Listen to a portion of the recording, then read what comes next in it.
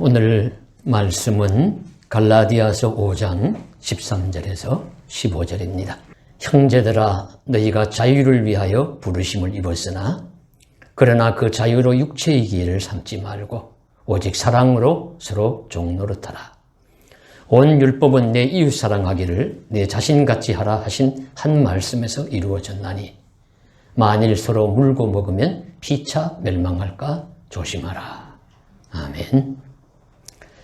미국의 루즈벨트 대통령은 1941년 유명한 4대 자유를 제창을 했습니다.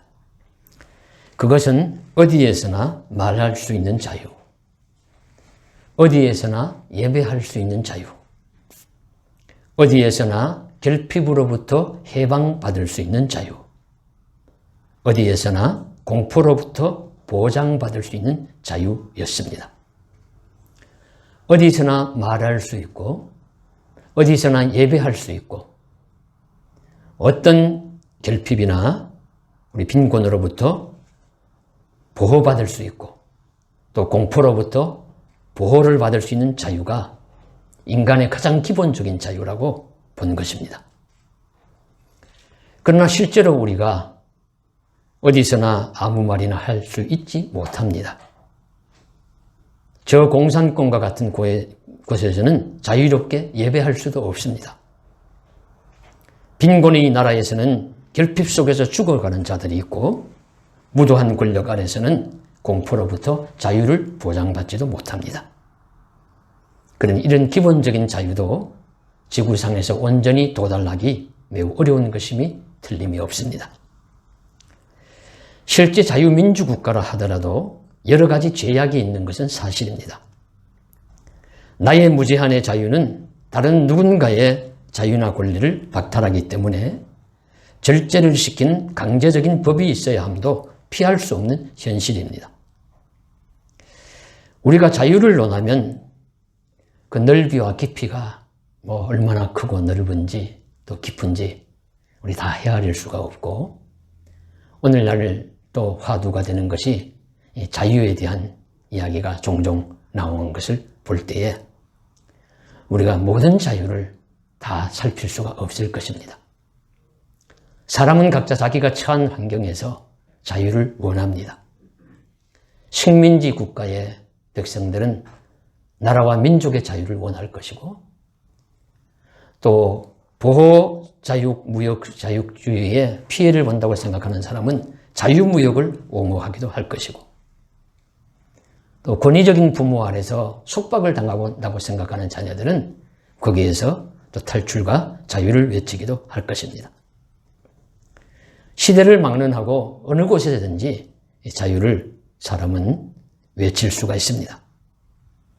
그러나 사람이 자신이 원하는 자유를 얻는다고 그들이 진정한 자유인이 될 수 있을까요? 또한 사람이 진정코 원하는 자유가 무엇일까요? 이런 자유에 대해서 다 헤아릴 수 없지만 성서는 무엇이라고 말씀하고 계시며 그리스도인이 이 자유는 무엇인가를 어떤 것인가를 우리는 살펴볼 필요가 있습니다. 그리스도인의 자유를 논하려고 하면은 갈라디아서를 보아야 합니다. 이 갈라디아서는 율법과 자유에 대한 사도 바울의 일종의 논문과도 같습니다. 바울은 갈라디아서를 통해서 율법을 넘어서는 율법의 제약을 극복하는 자유의 길을 제시했습니다. 바울은 무엇보다도 인간이 진정한 자유에 이르는 유일한 길이 있는데 그것은 예수 그리스도를 통한 것이라고 말씀하고 있습니다. 이미 이것은 예수님께서 말씀하신 거예요. 내가 곧 길이요 진리요 생명이니 나로 말미암지 않고는 아버지께로 올 자가 갈 자가 없느니라 하면 예수께서 모든 것의 중심자가 되신다는 것을 말씀하셨고 요한복음 8장 32절에도 진리를 알지니 진리가 너희를 자유케 하리라. 진리는 예수님입니다. 그 예수님을 통해서만이 자유가 가능하다 하는 것을 말씀하십니다. 그래서 오늘 우리들도 먼저 숙지해야 될 것이 예수만이 우리를 진실로 자유의 길로 이끌 수가 있다. 예수님을 통하는 길이 자유의 길이다 하는 전제를 우리가 분명히 먼저 깨닫고 자유의 대헌장이라고 할 수 있는 갈라디아서의 말씀을 통해서 자유에 대해서 좀 더 살펴보고자 합니다. 바울은 그리스도인의 정체를 이렇게 규명하고 있습니다. 그리스도는 자유를 위하여 부르심을 받은 자다. 그래서 오늘 말씀에 형제들아 너희가 자유를 위하여 부르심을 입었으나, 자유를 위해서 부르심을 입었다 말씀합니다. 본서 5장 1절에서도 분명히 이렇게 말씀하십니다. 그리스도께서 우리를 자유롭게 하시려고 자유를 주셨으니 그러므로 굳건하게 서서 다시는 종의 멍에를 매지 말라. 즉 우리 그리스도는 자유를 위해서 부르심을 받았고 그리스도께서 우리를 자유를 이미 주셨으니까 다시는 종이 되어서 종의 멍에를 매지 말아라. 우리는 자유인이다. 그리스도 안에서 자유인이다 하는 사실을 먼저 확신해야 합니다. 그런데 우리가 여기서 1절에서 말씀하시는 바와 같이 우리 그리스도께서 자유롭게 하셨는데 자유인으로 살지 다시 종의 멍에를 매지 말라 하니, 자유와 종의 관계가 아주 매우 밀접하면서 이런 상관성이 있는 그런 말입니다. 그러니까 무엇으로부터 자유할 것이며 또 무엇의 종이 될 것인가, 어떤 종에서부터 자유할 것이며 또 어떤 종류의 또 종이 될 것인가 하는 것이 이제 상관관계가 있는 것이죠. 그래서 마틴 루터 개혁자는 이렇게 말했습니다. 우리 그리스도인은 모든 것에 얽매이지 않는 자유인이지만 또한 한편으로 모든 사람의 종이다. 그러니까 한편으로는 자유인이면서 또 한편으로는 종인 거예요. 그래서 과연 우리가 누구의 종이며 무엇의 종이며 어떤 것으로부터 자유할 것인가 하는 어려운 문제가 우리 앞에 놓여 있습니다. 성서 말씀에서 우리 갈라디아에서 하시는 주요 내용 중에 첫 번째는 율법으로부터의 자유를 말씀하고 있습니다. 그 당시의 사회가 또 기독교인이나 유대인들에게 문제가 되는 것이 율법에 예속되는 것이거든요. 오래된 유대인들의 전통, 그런 율법에 예속이 되어서 불필요한 또 법을 많이 만들어서 거기에서 자유하지 못하고 얽매여서 살아가는 유대인들과 그리스도인들이 있기 때문에 바울 사도는 이 율법으로부터 자유를 먼저 말씀하고 있습니다. 불필요한 전통과 법규에 얽매여서 자유를 잃어버린 유대 종교인들에 대한 비판이고 불필요한 속박으로부터 자유하라는 권유입니다. 그래서 유대인들은 구약 율법에 의거하여 불필요한 얽매임들을 스스로 많이 만들어내었습니다. 근데 이제 예수님이 바울 이렇게 자유케 하시는 것은 바울이 자유를 주는 게 아니죠. 예수님이 다 하신 말씀을 그는 이어받아서 그저 확인하고 또 증거하는 것입니다. 그래서 예수님이 오셔서 이미 우리를 자유롭게 하셨다. 예수님은 율법 중에서도 불필요한 얽매임에서 많이 자유롭게 해주셨습니다. 예를 들면 우선 안식일이라는 우리 법으로부터 많은 자유입니다. 예수님도 이제 안식일 범했다고 공격을 받았어요. 그러니까 받으니까 예수님이 하시는 말씀이 사람이 안식일을 위하여 있는 것이 아니라 안식일이 사람을 위하여 있는 것이다. 안식일의 주인은 인자는 안식일의 주인이니라. 이런 놀라운 말씀을 하십니다. 그래서 안식일 날 유대인들은 일을 하지 않는 것이 하나님을 위한 것이라고 하고 얼마만큼 거리를 움직이면 일하는 것이니까 안 되고 뭐 계단을 오르거나 또 뭐 스위치를 눌리거나 불을 떼거나 밥을 하거나 뭐 이래서도 안 되고 하는 것들을 많이 만들어낸 거죠.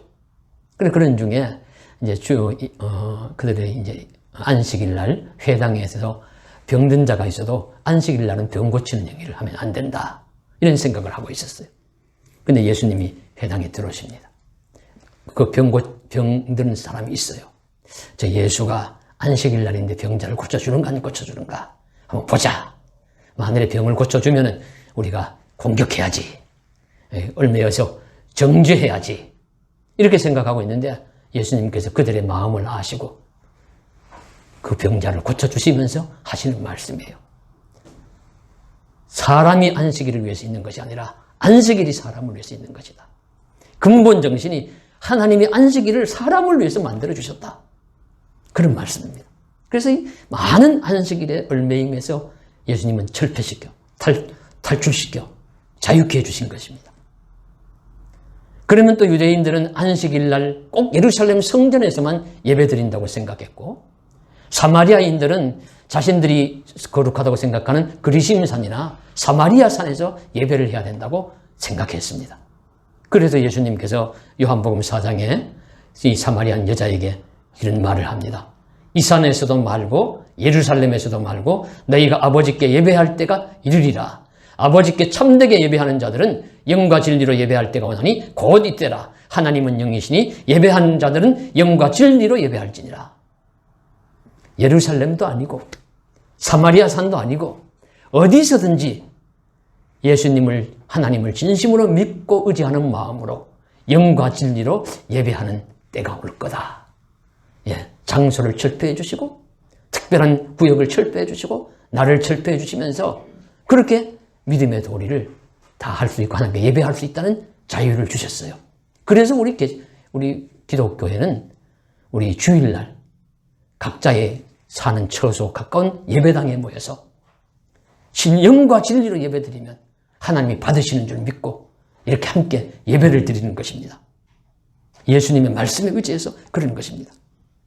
그래서 오늘날 우리가 어디서든지 영과 진리로 예배하는 곳에는 주님께서, 하나님께서 함께 하실 것이고 우리의 예배를 받아주실 줄로 믿습니다.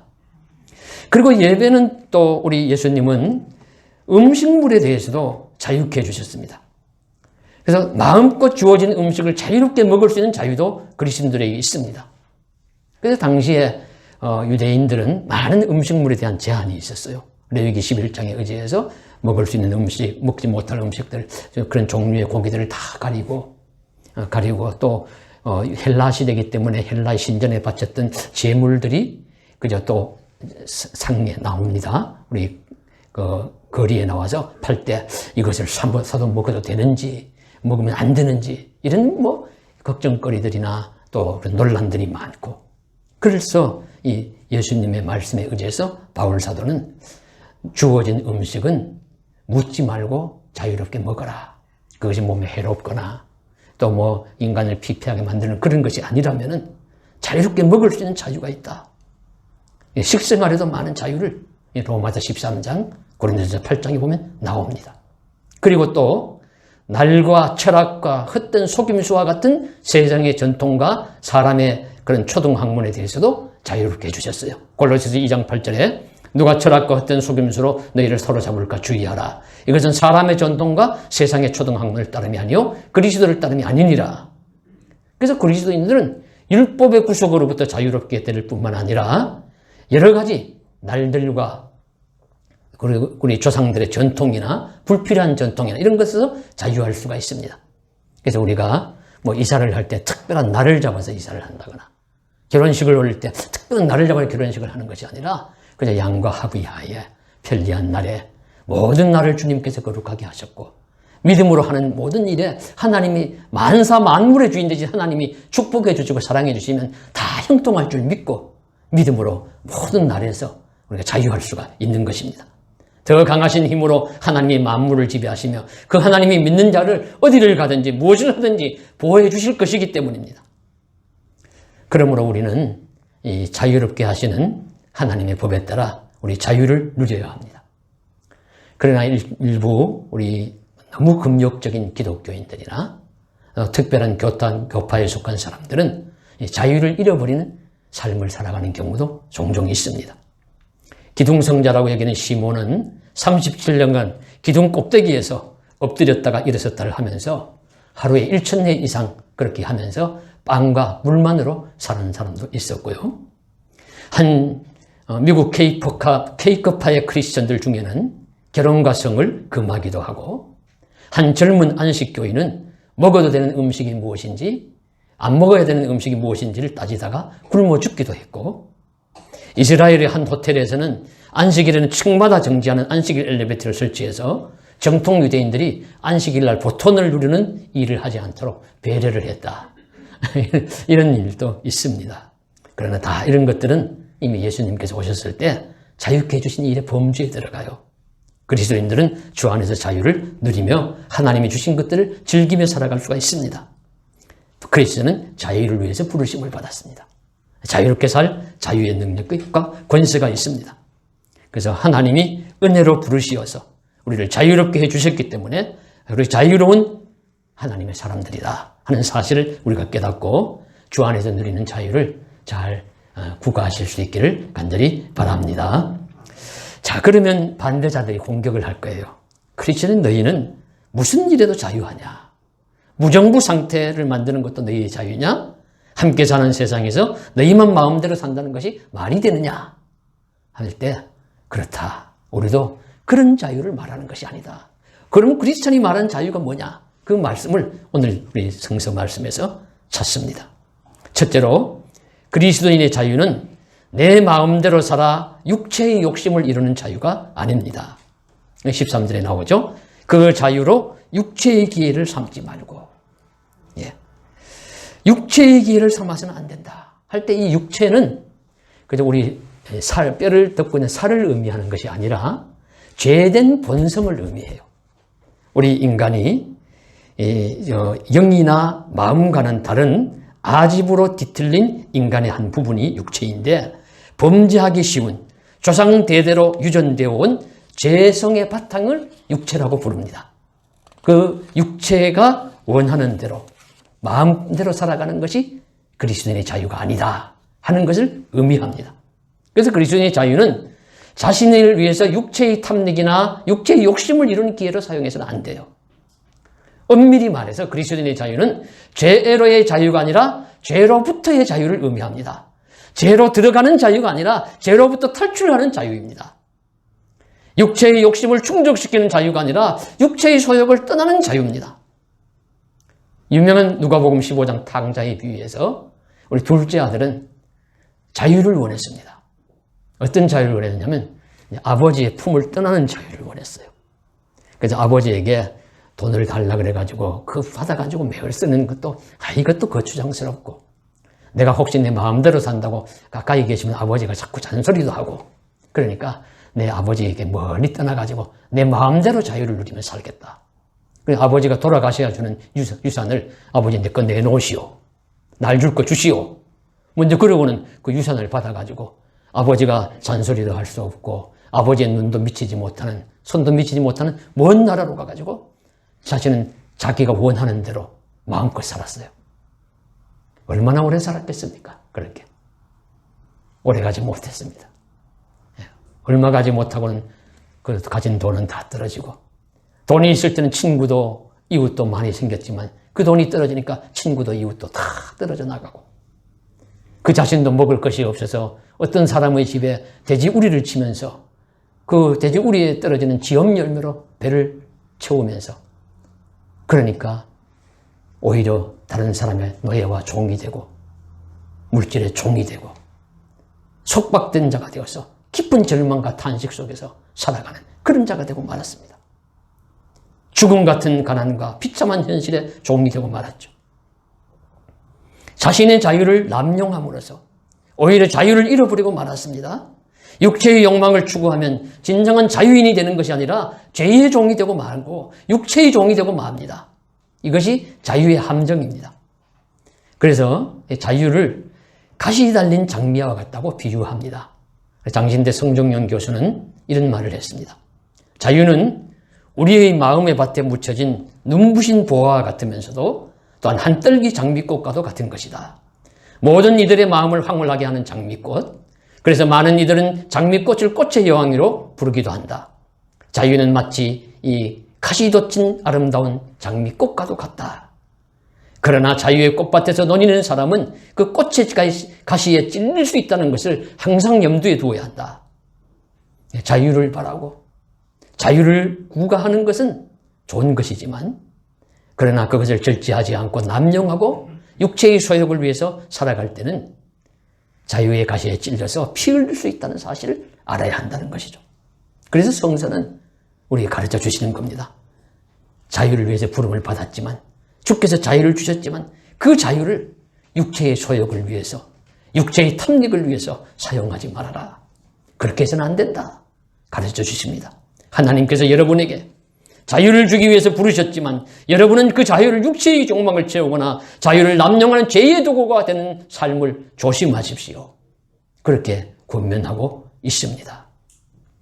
그래서 오늘날 실제로 이 세상에서는 겉으로는 자유인인 척 살지만 실제는 이런 종들이 된 사람들이, 노예로 살아가는 사람들이 너무 많습니다. 저와 여러분의 눈에 보이지 않습니까? 보일까요? 보여져요. 자유인이 아니라 권력의 종이고, 자유인이 아니라 재물의 종이고, 자유인이 아니라 잘못된 습관의 종이고, 성과 마약과 술과 도박과 게임의 종이 되어가지고 자신의 파멸을 이끄는 사람들이 얼마나 많이 있습니까? 일단 사로잡히고 종이 되면 감각이 마비되어서요, 자신이 종이 된 줄도 몰라요. 자신이 자제할 능력을 잃어버렸습니다. 그리스도인의 자유는 이와는 완전히 다릅니다. 육체의 탑니까? 육체의 종, 죄의 종의 삶과는 거리가 멉니다. 왜냐하면 이제 그리스도인들은 정과 육신을 십자가에 못 박았기 때문입니다. 그래서 갈라디아서는 그 말씀이 우리 2장에 보면 나와요. 우리 그리스도인은 자기의 정과 육체를 십자가에 못 박았다. 그래서 이 소위 말하면 은혜로 자유를 누릴 것은 알지만은 죄로 들어가서 죄를 범하는 자유를 이루는 길은 잃어버렸어요. 참된 그리스도인은 죄를 지을 줄을 모릅니다. 죄의 길을 많이 잃어버립니다. 죄된 생각하지 않고 죄의 길을 잃어버리고 살아갈 수가 있어요. 물론 인생이니까 여러 가지 많이 유혹도 받지만은, 그러나 죄의 길을 잃어버리고 살아갈 수 있습니다.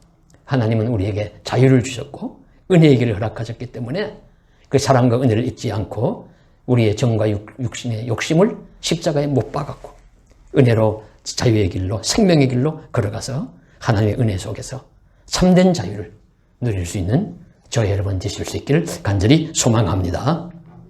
그 다음에 둘째로 그리스도의 자유는 이웃을 해롭게 하는 자유가 아니라 사랑의 종이 되는 자유입니다.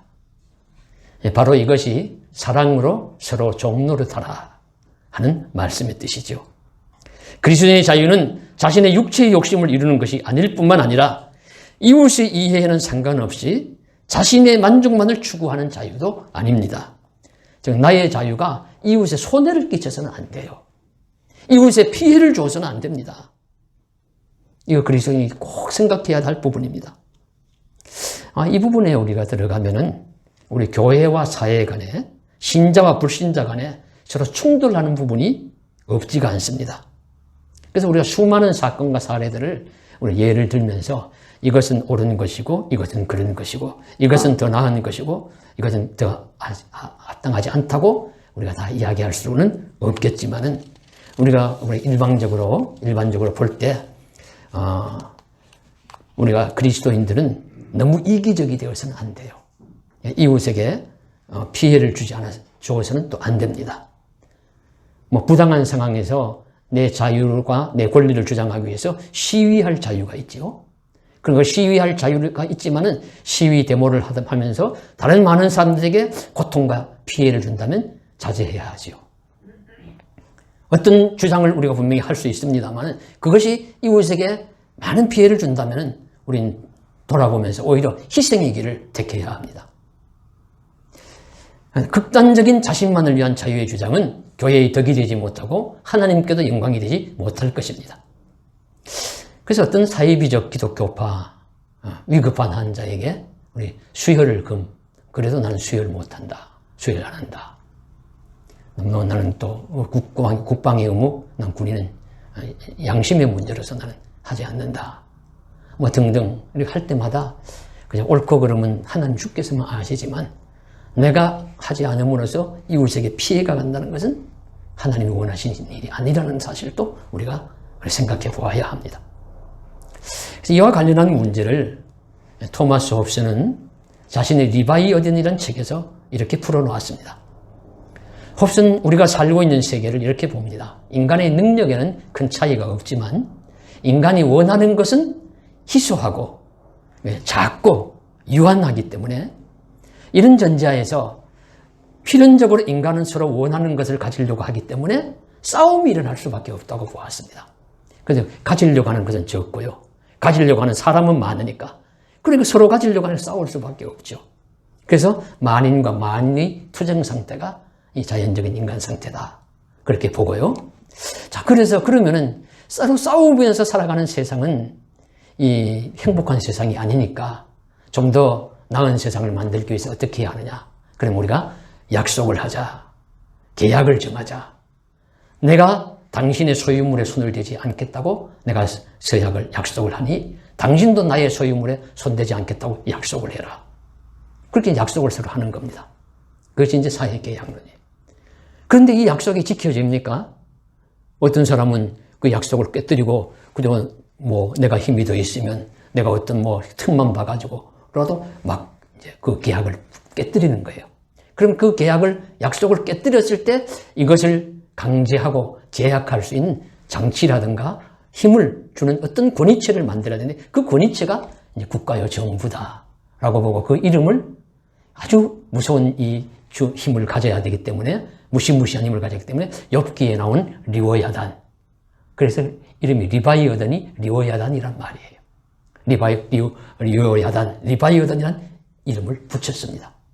그래서 실제로 토마스 홉스가 말하는 바는 자유롭지만 무질서한 사회보다 자유가 한편 구속당하지만 거대한 권력이 지배하는 질서 있는 사회를 더 나은 사회로 보면서 사회계약론으로 설명을 한 것입니다.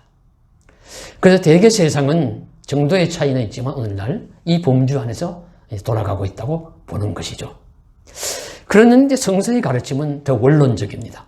그래서 훨씬 넘어서서 자원하여 이웃을 유익하게 하는 섬김의 길이 그리스도인이 자유를 사용하는 길이다. 오늘 말씀은 우리들에게 그렇게 가르쳐 주십니다.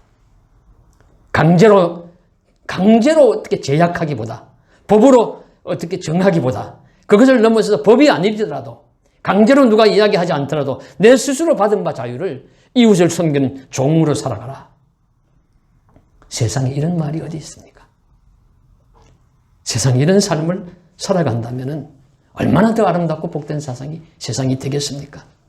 그래서 저는 이 말씀이 참 귀한 말씀이고 놀라운 말씀이라고 봅니다. 진심으로 이웃에게 사랑의 종이 되는 길을 선택하며 살아가는 것, 이것이 그리스도인의 삶이라는 거죠. 놀라운 삶이 아니겠습니까? 그런데요, 이 삶은 예수님의 삶이었습니다. 예수님은 힘이 있으셨지만 하나님이시니까 전지전능하신 권능과 권세가 있으셨지만 이 세상에 오셔서 가난한 자로 사셨고 약한 자를 도와주셨고 힘들고 어려운 자를 붙들어 주셨고 자기의 힘이나 권세를 과시하거나 다른 사람을 눌리는 일에 사용하지 않고 돕고 세워주는 일에 사용하셨습니다. 결코 군림하거나 지배하는 일에 사용하지 않으셨습니다. 그야말로 남을 돕는 자유, 사랑으로 종이 되는 자유인으로 사신 것입니다. 바울도 예수님 믿기 전에는 내가 많이 배웠어. 그거 자랑하고 살았죠. 나는 공회의원이야. 큰 소리 치면서 살았습니다. 그러나 예수 믿고 난 다음에는 그렇게 살지 않았어요. 오직 세상적인 힘도 무엇 하나도 주를 위해서, 다른 성도를 위해서, 교회를 위해서 사랑하고 섬김으로 살았습니다. 이 사랑으로 종되는 삶의 가르침을 배우고 들은 그리스도인들은 이와 같은 삶을 살기에 힘쓰는 것입니다. 선우경식이라는 영등포역 부근에 요셉병원이라는 병원을 경영했던 원장이 계십니다. 그분은 무료병원을 세웠어요. 영등포역 근처에 가난하고 병들고 소외받는 이들을 위해서 1987년에 개원을 해서 말로는 한 4, 5년 하다가 이어받을 자가 있으면 내가 물려주고 나도 이제 그냥 살아야 되겠다 이렇게 생각을 했는데 이제 물려줄 자가 나타나지가 않더래요. 그래서 2008년 위암으로 돌아가실 때까지 약 21년 동안 그 병원을 운영을 했는데 하는 일은 이제 그는 의사이고 미혼으로 살면서 극빈층과 노숙인에게 무료 진료하고요. 머리를 깎아주고 뭐 옷을 사주고 그러면서 세상을 살았습니다. 누구보다도 잘 살 수 있는 자유가 있었지만 그 자유를 이웃을 사랑하고 섬기는 일에 사용했습니다. 병원 이름도 요셉병원. 왜 그렇게 살았을까요? 그리스도인이기 때문입니다. 그리스도인이기 때문에 그렇게 살았습니다. 우리도 자유 있는 자유를 사랑으로 서로 종노릇하면서 이웃을 섬기며 살아가는 도구로 삼는 은혜의 그런 복된 삶을 살아갈 수 있기를 간절히 소망합니다. 셋째로 그리스도인의 자유는 율법을 무시하는 자유가 아니라 율법을 완성하는 자유입니다. 14절을 보시면 온 율법은 내 이웃 사랑하기를 내 자신같이 하라 하신 한 말씀에서 이루어졌나니, 예수님이 말씀하신 이 말씀 안에 율법이 완성되었다, 이루어졌다고 보는 것이죠. 이 말씀은 마태복음 22장 37절 이하에 나오는 말씀입니다. 마음을 다하고 힘을 다하고 뜻을 다하여 내 하나님을 사랑하라 하신 것이 첫째 되는 계명이요, 둘째도 이와 같으니 내 이웃을 내 몸과 같이 사랑하라 하신 것. 이것이 온 율법과 선지자의 계명이니라. 예수님이 말씀하셨어요. 그러니까 이 예수님 말씀을 받아서 이 바울 사도가 로마서 13장 9절에서는 이렇게 이야기합니다. 간음하지 말라, 살인하지 말라, 도둑질하지 말라, 탐내지 말라 한 것과 그 외에 다른 계명이 있을지라도 내 이웃을 내 자신과 같이 사랑하라 하신 그 말씀 가운데 다 들었느니라. 사랑은 이웃에게 악을 행치 아니하나니 그러므로 사랑은 율법의 완성이니라. 그러면서 오늘 갈라디아서 말씀에서도 이 율법을 완성하고 율법을 이루는 것이 예수님이 말씀하신 사랑의 법 안에 다 들어있다 말씀하셨습니다. 그래서 예수님은 율법을 폐하러 오신 분이 아닙니다. 예수님이 마태복음 5장 17절에도 말씀하셨습니다. 내가 율법을 폐하여 온 것이 아니요 율법을 완전하게 하려 함이로라. 생각해 보십시오.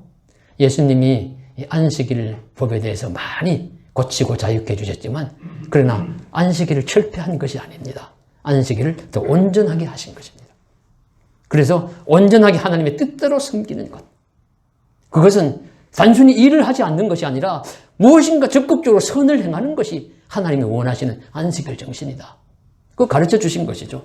그래서 안식일도 온전하게 하셨습니다. 오늘 우리가 신약시대에 살면서 예수님을 믿는 그리스도 교인이지만 구약의 말씀과 십계명 같은 거 무시하지 않습니다. 우리 십계명 구약 성경 말씀 다 소중한 말씀인 줄 알고 은혜 받고 말씀을 읽고 깨달아요. 그러나 단지 한 가지, 이런 율법을 지킴으로써 구원을 얻지 못한다는 것을 우리가 아는 것입니다. 그래서 그것을 지킴으로 구원을 얻는 것이 아니라 오직 십자가 예수님의 피공로 은혜로 구원을 받는다는 사실을 알고 감사하며 그리스도를 믿음으로 구원 얻는다는 사실 속에, 영생을 얻는 사실 속에 깊은 믿음을 가지고 살아가는 것입니다. 그러니 우리가 사랑의 삶을, 예수님 말씀대로 삶으로서 율법을 폐기하는 것이 아니라 완성하는 것이다, 그렇게 분명히 깨닫고 우리 주 안에서 우리가 예수를 통해서 은혜로 구원받게 하신 하나님의 그 놀라운 섭리에 우리가 복종하면서 주님의 사랑을 잘 살아감으로써 그리스도의 자유를 율법을 무시하는 자유가 아니라 율법을 완성하는 자유로 완성시키는 그런 계열에 합류하는 저와 여러분 될 수 있기를 간절히 소망합니다. 말씀을 맺습니다. 오늘 성서 말씀은 자유와 방종에 대하여, 율법과 사랑에 대하여 그 관계를 다루고 있는 그리스도인의 실제 생활에 대한 중요한 말씀입니다. 우리는 자유를 위해서 하나님의 부르심을 받았다는 사실을 먼저 깨닫고요.